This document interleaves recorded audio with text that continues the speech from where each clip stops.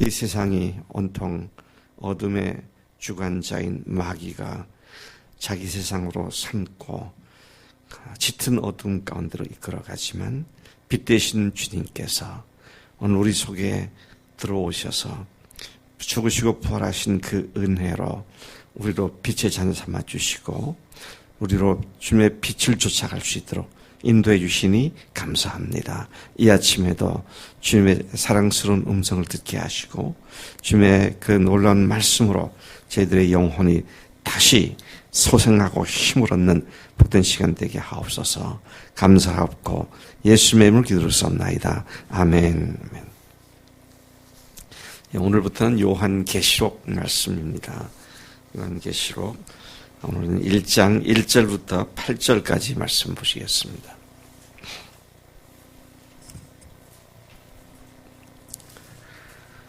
교독하시겠습니다. 예수 그리스도의 계시라. 이는 하나님이 그에게 주사 반드시 속히 일어날 일들을 그 종들에게 보이시려고 그의 천사를 그 종 요한에게 보내어 알게 하신 것이라.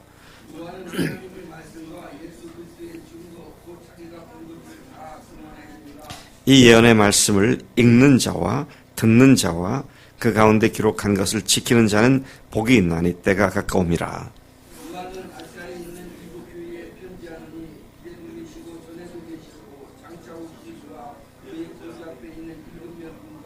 또 충성된 증인으로 죽은 자들 가운데서 먼저 나시고 땅의 임금들의 머리가 되신 예수 그리스도로 말미암아 은혜와 평강이 너에게 있기를 원하노라.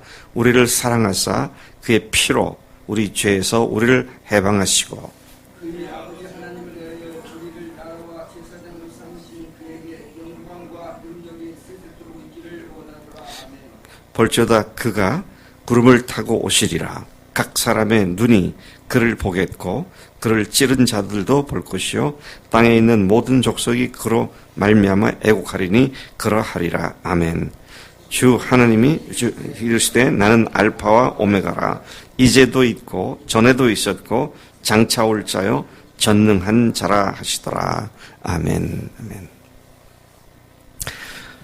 예, 우리 요한계시록의 저자는 사도 요한인 것을 잘 알고 있습니다. 이 책은 정확히 말하면 편지인데요. 이 편지는 사도 요한이 주후 90년, 그러니까 예수님이 오시고 난 지 근 한 세기가 다 지나가던 그 언저리에 당시에 로마 황제 도미티아누스가 기독교에 대한 혹독한 핍박을 가하기 시작을 했을 때 그가 사역하던 터키, 오늘로 하면 터키 중부 일대죠. 네, 오늘 그때 다시 소아시아의 7교회를 중심으로 그가 양육하고 돌보고 섬겼던 그 교회의 사역자였던 그를 반모섬으로 유배시키는 그런 형벌을 가했었을 때 그가 미래 장래에 있을 일, 즉 예수 그리스도께서 재림할 때 일어나게 될 일들을 하나님께서 천사를 보내어 그에게 알게 하신 것을 기록한 예언서입니다. 이것은 분량이 22장에 걸쳐 있어서 개인 편지이고 회람 서신이죠. 주후 96년경, 그러니까 그가 유배된 지 한 6년여 경에 그를 유배시켰던 로마 황제 도미티아누스가 죽고 그 뒤를 네르바 황제가 즉위를 하게 되는데 그 일이고 나서 얼마 안 돼요. 그가 석방이 되어서 유배지에서 나와서 다시 소아시아 일대 교회에 가서 그들을 목양하고 사역을 하다가 얼마 후에 하나님께서 그를 불러가시게 되죠. 자, 제가 왜 이야기를 이렇게 하느냐 하면 요한계시록을 해석하는 일이 어렵습니다. 어려운 이유는 딱 한 가지예요. 너무나 많은 장래 일들에 대한 상징적인 언어를 쓰기 때문에 그 상징이 뭘 의미하는지 사람들마다 구구각각으로 해석할 수 있기 때문에 이게 어렵다. 그래서 저도 요한계시록을 항상 뒤로 미루어 두었었습니다. 그 유명한 칼빈도 역시 그가 성경 전체에 대한 주석을 썼지만 요한계시록은 쓰지 않았습니다. 그만큼 해석하기가 쉽지 않은 것이죠. 근데 제가 요한계시록에 눈이 번쩍 떠진 경험이 있었습니다. 언제느냐. 성지순례를 가서 밤모섬에 가니까 눈이 번쩍 떠지더라고요. 요한계시록이 요한이 뒤에 남겨두고 온 소아시아에 있는 교인들을 생각하고 그들이 혹독한 핍박 속에 역시 같이 있었는데 그 핍박을 인내하고 견디라고. 근데 하나님께서 그에게 인내하고 견딜 수 있는 일들에 대해서, 소망에 대해서, 장차 주님께서 오실 일에 대해서 쓴 것이구나. 이게 보이기 시작하더라고요. 잠깐 말씀드린다면 그가 사역했던 중심지는 에베소였습니다. 네, 에베소에서 남서쪽으로 요즘 자동차로는 한 서너 시간 거리로 기억하고 있는데 쿠사다시라는 항구가 있습니다. 옛날엔 쿠사다시라 하는데 요즘은 이제 쿠사다시라 그러는데 거기가 그 일대 중요한 항구입니다. 근데 거기에서 쾌속정을 타고 밤모섬을 들어가는데 쾌속정인데도 불구하고 4시간이 걸리더라고요. 그래서 가이드가 그렇게 하더군요. 이 거리면 옛날 범선으로 돛단배로 움직였을 때 그때 시간으로는 한 달이 걸리는 거리였다고. 근데 지금 사역을 열심히 하다가 잡혀가지고 배에 강제로 태워서 한 달여 항해를 한 끝에 밤모섬에 도착을 했습니다. 그러니 요한의 생각은 온통 남겨두고 온 7교회들과 그 외 지방에 있었던 교회들이 이 핍박을 잘 견디고 하나님께서 그들을 크게 위로하시고 보상해 주시기를 바라는 이런 마음이 그 마음에 가득 차 있었던 그런 상황이었습니다. 그래서 제가 그래서 제가 그때 알게 요한계시록이 묵시록이고 단순한 계시일 뿐만 아니라 목회 서신이었구나. 그의 마음에 그들을 향한 애절한 마음과 그들을 어떻게든지 격려하고 위로하고 소망 가운데 믿음을 견딜 수 있도록 그 마음을 가지고 이 편지를 쓸 수 있었구나. 그리고 하나님께서 그 일을 잘 할 수 있도록 이러한 계시들을 허락해 주셨구나. 이게 딱 잡히니까 그 다음에 요한계시록을 봐도 요한의 교인들을 향한 그 마음을 갖고 보게 되니까 이런 의미구나. 물론 제가 요한계시록 22장 전체를 명확하게 이 상징은 이거고 저 상징은 저거고 그렇게 해석할 능력이 없어요. 억지로는 해석할 수 있겠지만 그러나 그것이 요한의 목회자의 심정을 담고 있는 그런 말씀이라고 생각을 하고 보게 되니까 그 속에서 믿는 사람들에 대한 목회자의 심정도 알게 되고 자신뿐만 아니라 교인들이 끝까지 인내하고 견디게 되기를 바라면서 그들을 격려한 것이구나. 그런 사실을 알게 되니까 이 전체 그림이 보이기 시작했다. 그런 사실을 제가 경험하게 됩니다. 당시 로마 황제들은 아시다시피 주 70년에는 어떻습니까? 로마를 불지르고 그죠? 로마를 불지르고 대대적으로 기독교에 대한 숙청 작업을 시작했는데, 그로부터 시작해서 콘스탄틴 황제 직전까지 중간에 몇 명을 빼고는 10명의 연속된 황제들이 기독교를 혹독히 핍박을 하던 그런 시대에 시작되는 부분이 바로 이 시대였다. 그런 상황을 여러분들이 먼저 염두에 두시고 이 요한계시록을 대하면 좋겠다는 것입니다. 따라서 이 편지는 1차적으로 소아시아 지방 일대에 있던 7교회들을 중심으로 그들이 그 혹독한 핍박 속에서 미래의 계시를 받고 듣고 알므로써 힘과 용기를 얻고 소망 가운데 그 혹독의 시련을 승리하게 되도록 하는 그런 소망을 가지고 그들에게 보내진 격려의 편지였다. 그렇게 우리가 이해하면 되겠습니다. 1차적으로는 그렇고요. 그 다음에 이제 당시가 아니라 주님 오실 때까지를 전체 역사를 쭉 계시로 말씀한 말씀이다. 그렇게 이해하시면 되겠습니다.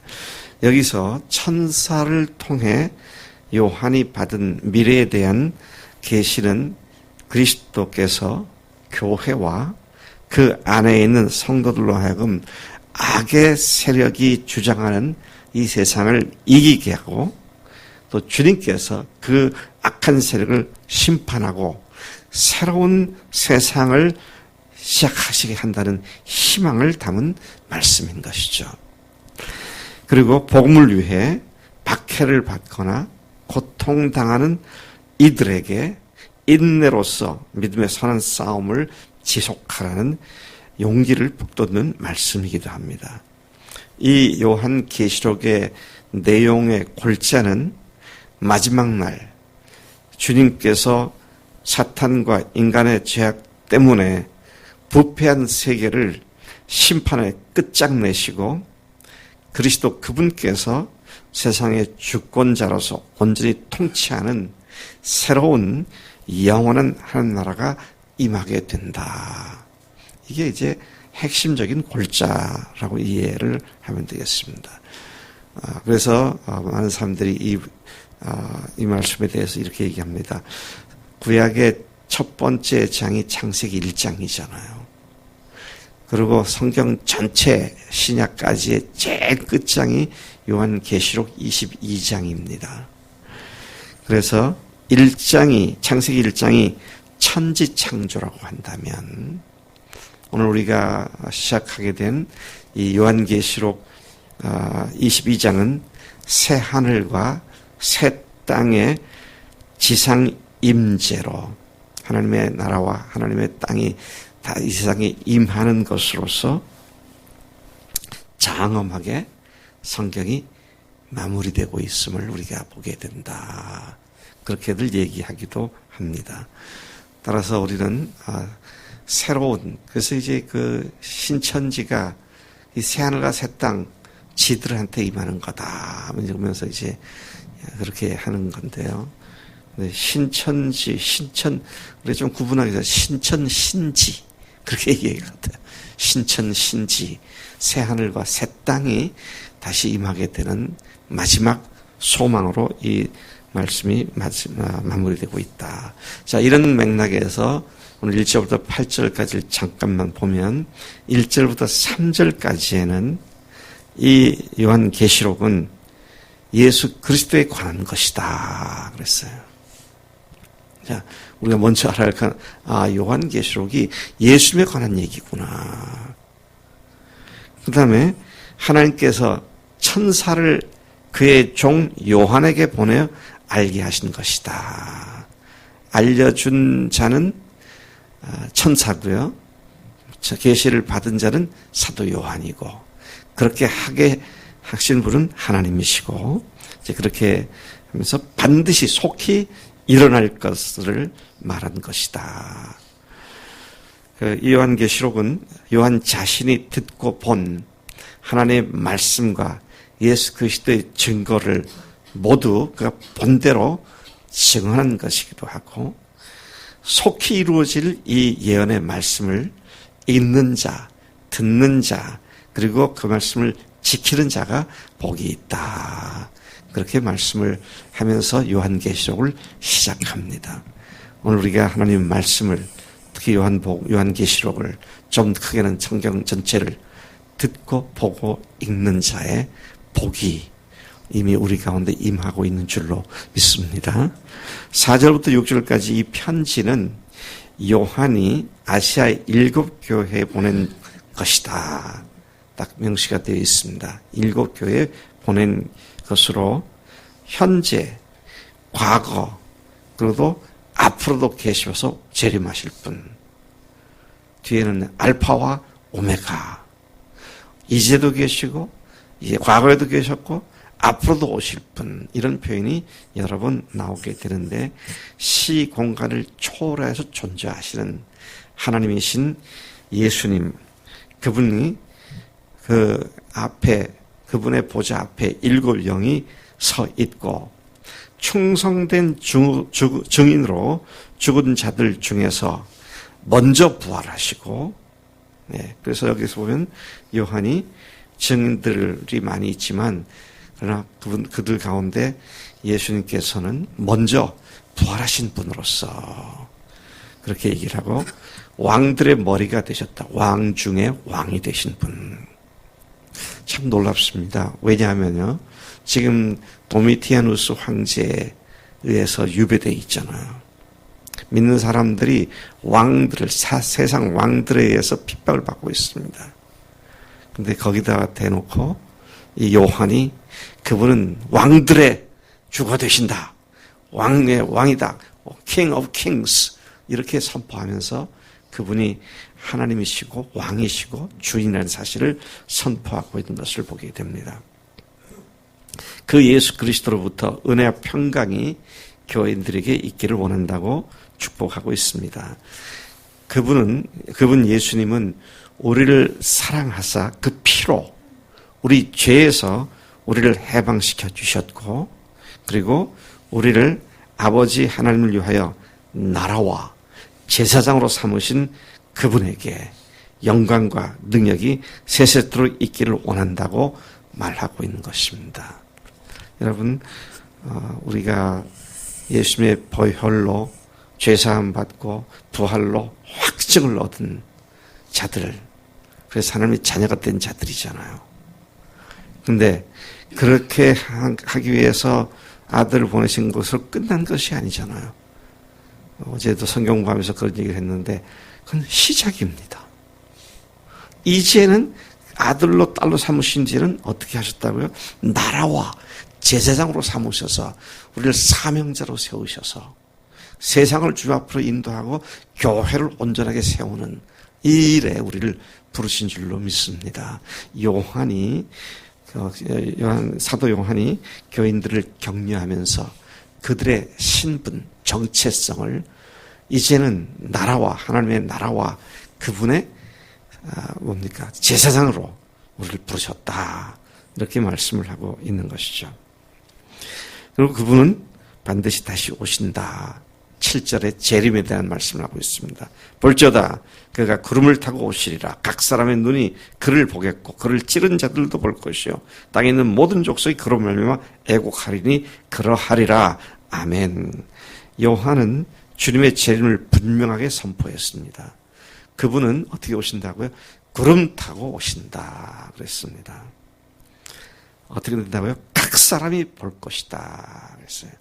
예수님 오실 때에 이 세상에 남아있는 사람들은 다 그분이 구름 타고 오시는 것을 보게 된다 그랬습니다. 어떤 사람들은 그렇게 얘기를 하죠. 아니 지구가 둥근데 예수님이 한쪽으로 오실 텐데 어떻게 다 본단 말이냐. 그것도 동시에 번개가 번쩍하면 동에서 비치듯이 그러고 오신다는데 그렇게 얘기하는데 걱정하지 마세요. 요즘 인간이 만든 카메라도 360도를 찍습니다. 그거 문제가 아무것도 아니에요. 주님께서 하실 일이 모든 족속들이 예수님을 찌른 자들이 예수님을 믿는 사람들을 핍박하는 자들이 다 그분이 오신 것을 보게 될 것이다. 그러니 경기도 과천 땅에 재림 예수가 임했다. 어제서 누가 왔다. 이게 다 헛소리잖아요. 하나님이 선포한 것은 그대로지 변개되지 않잖아요.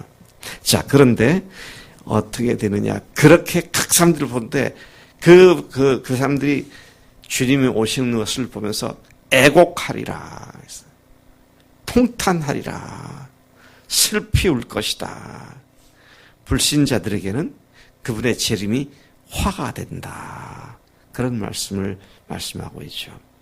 우리가 어제까지 보았던 말라기에도 보면 그날 무슨 불의 날, 심판의 날, 하나님이 정하신 그날 계속했는데요. 그날이 하나님을 사랑하는 자들에게는 복의 날이고 하나님과 적대대응 관계에 있는 사람들은 화의 날이고 주님의 재림도 똑같습니다. 주님이 오시는 그날이 믿는 자들에게는 큰 기쁨과 위로와 하나님의 복을 누리는 그런 재림인데 반해서 안 믿는 사람들은 마지막 추수할 때에 모든 지푸라기 건부라기들 다 불살르는 것 같이 지옥불에 영원히 처박혀 이렇게 될 그런 날이 된다는 것이죠. 그분의 재림은 믿는 자들에겐 영원하고 완전한 구원이며 불신자들에겐 영원한 멸망이 된다는 사실입니다. 8절 주 하나님이 이르시되 나는 알파와 오메가라. 이제도 있고 전에도 있었고 장차 올 자요 전능한 자라 하시더라. 전능자 예수님께서 알파요 오메가시며 과거에도 현재도 앞으로도 계시고 오실 분이다. 이런 말로 그런 요한 계시록 앞부분을 시작하고 있습니다. 사도 요한을 통해 핍박 가운데 있는 성도들에게 모든 것을 시작과 끝이신 하나님, 과거, 현재, 미래 동일하게 존재하시며 다시 오실 하나님이심을 재차 확인하고 선포한 말씀이 되는 거죠. 그래서 아까 우리 맨 앞부분에서 보면 예수 그리스도에 대한 계시 그렇게 말하고 있는 겁니다. 그러니까 여러분 요한계시록을 읽으실 때요. 예수님에 관한 계시구나 이거보다 딱 이해하시고 교인들을 격려하고 또 위로하고 도전하고 인내하도록 소망을 주에게 쓴 글이다. 이렇게 이해하고 성경을 읽게 되면 큰 줄기를 잡고 보는 것이기 때문에 혹 어떤 부분에 이게 무슨 말씀이지? 일곱째 인이 뭐지? 놋그릇이 대접이 뭐지? 다 하나하나 다 모른다 할지라도 그게 큰 문제가 되지 않는다. 오늘 하나님께서 요한을 통하여 재림의 소망을 갖고 있는 우리에게 주신 위로와 격려의 편지, 요한계시록을 주신 것을 하나님께 감사합니다. 하나님 아버지 감사합니다. 결코 쉽지 않은 해석을 담고 있는 이 성경 말씀이 오히려 우리에게 목회 서신으로 다가오고 우리를 주님 앞에서 믿음 가운데 단단히 서게 하고 또 소망 가운데 곧 오늘의 어려움을 극복하도록 주신 말씀인 것을 감사합니다. 하나님 오늘부터 시작된 매일 아침 요한계시록 말씀이 정말 우리들의 심령을 새롭게 하고 주님께로 향한 소망이 더욱더 불타는 놀라운 축복의 시간들 되도록 역사하실 줄로 믿습니다. 감사합니다. 예수님의 이름으로 기도했습니다. 아멘. 아멘.